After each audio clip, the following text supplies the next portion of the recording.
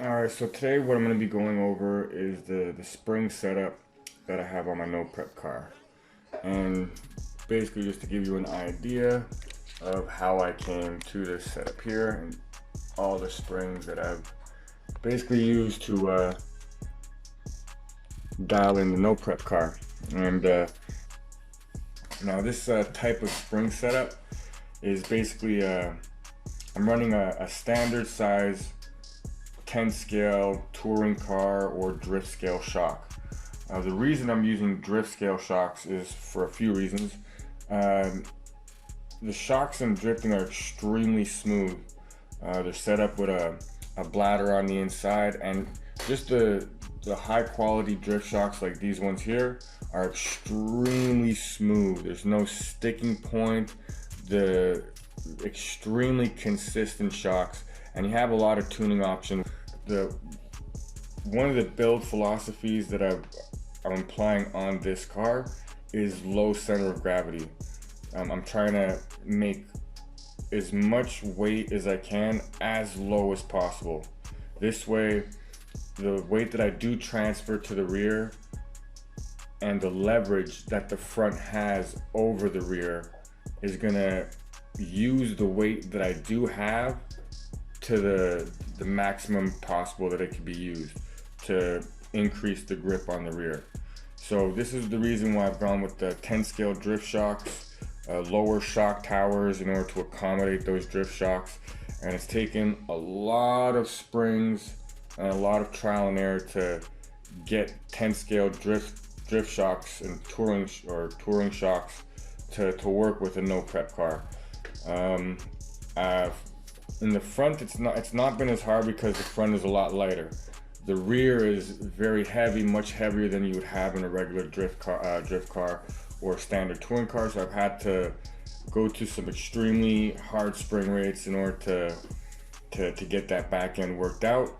This is going to be the reasoning behind me going through using the drift shocks. Also, another reason is that I like to tune my springs and chassis quite a bit.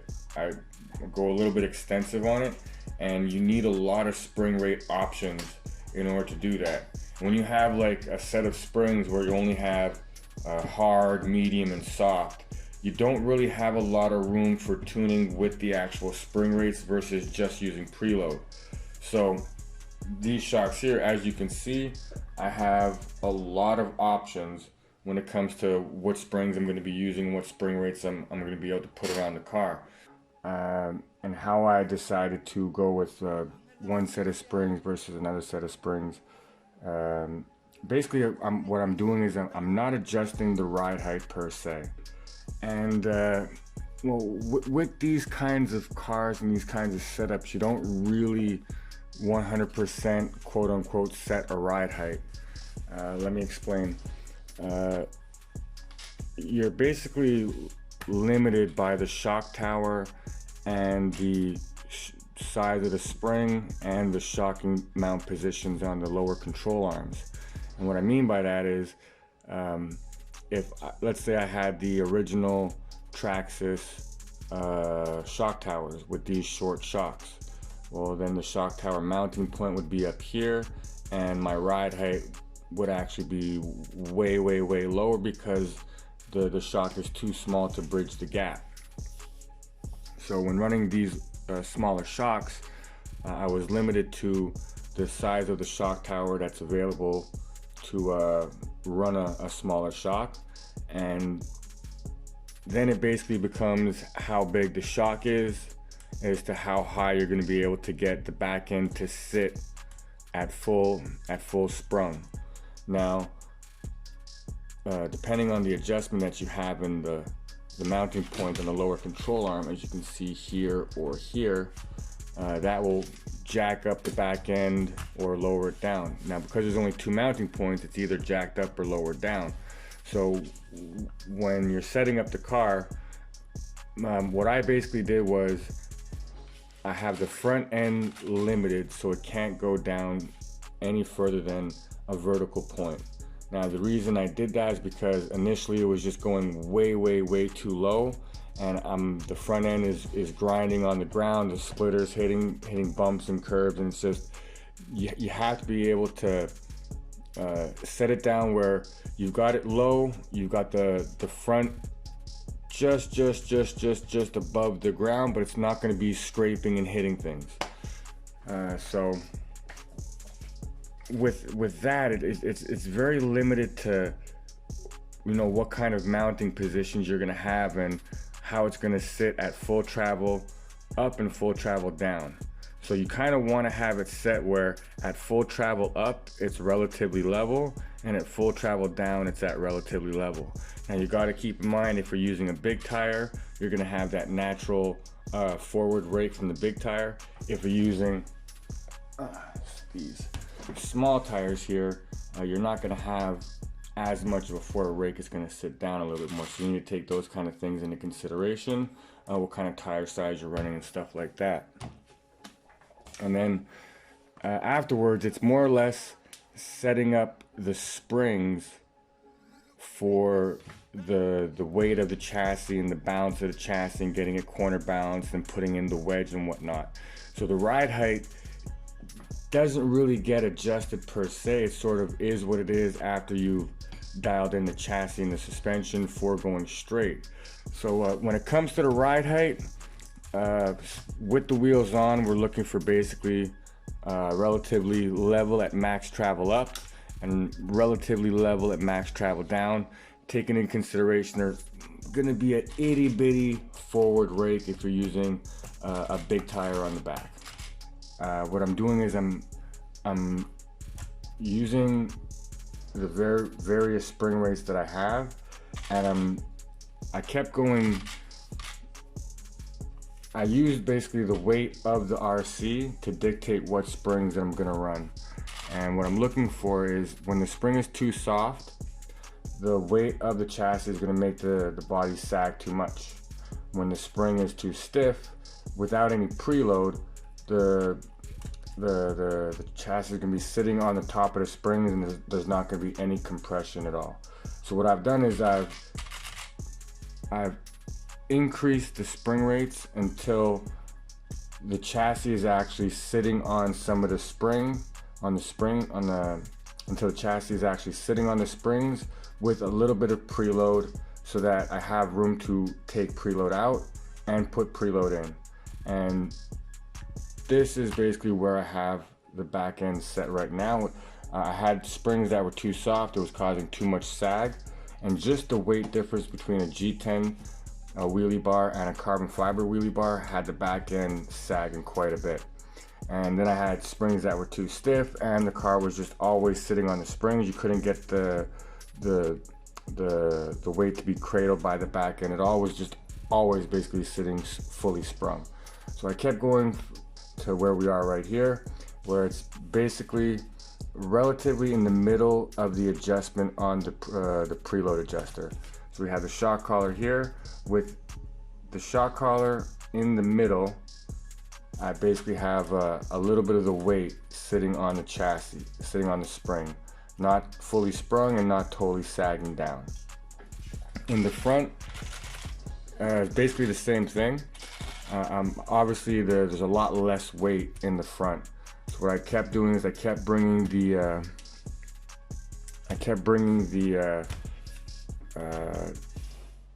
spring rates for both the front up until I have the chassis basically able to sit above where, if you see there's a little gap there, you see the actual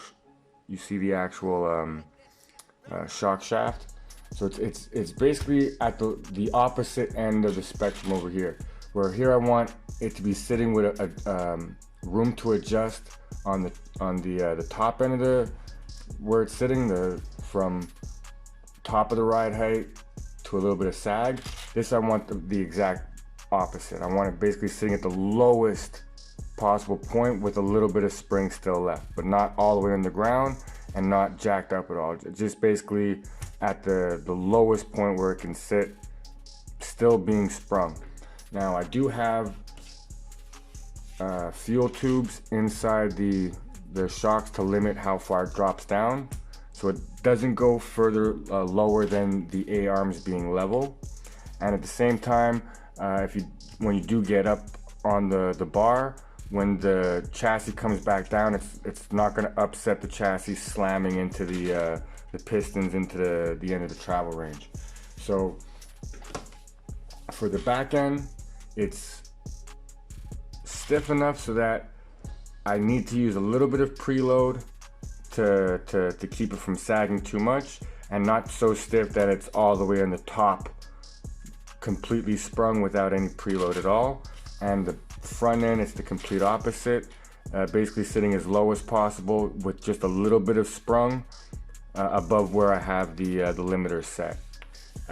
Another thing I do need to mention about this setup when using these shocks is when using an extremely small shock for a relatively heavy car or heavy chassis relatively for the shocks.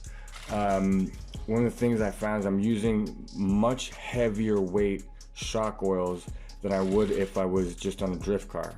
So after tuning the springs, a key element is to then make sure that you're using a shock oil that's thick enough that you're not bouncing.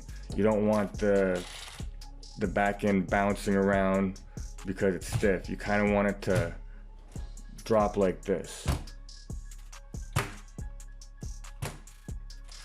And you just want the front, when it comes down, to just plant.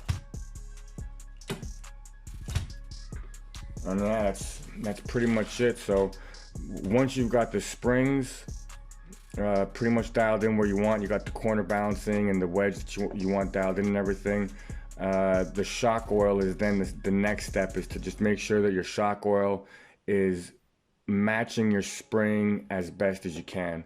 So these are this is the logic that I've used behind going through this type of shock setup. It's not something I would 100% advise somebody else go to unless they've already built a couple of no prep cars. They're used to using the other types of shocks and they want to try something different. They want to go for a more low profile, low center of gravity type build, and if that's the case, then this is a great avenue to go to. But it's very, very difficult, a lot of trial and error, lots of spending money on springs and waiting for them and shipping and so on. So just keep that stuff in mind if this is even a route you want to consider. If you like the content, give me a like. If you don't like the content, give me a thumbs down. If you want to see more of this content, please subscribe. With that, have yourself a good night and have fun with RC.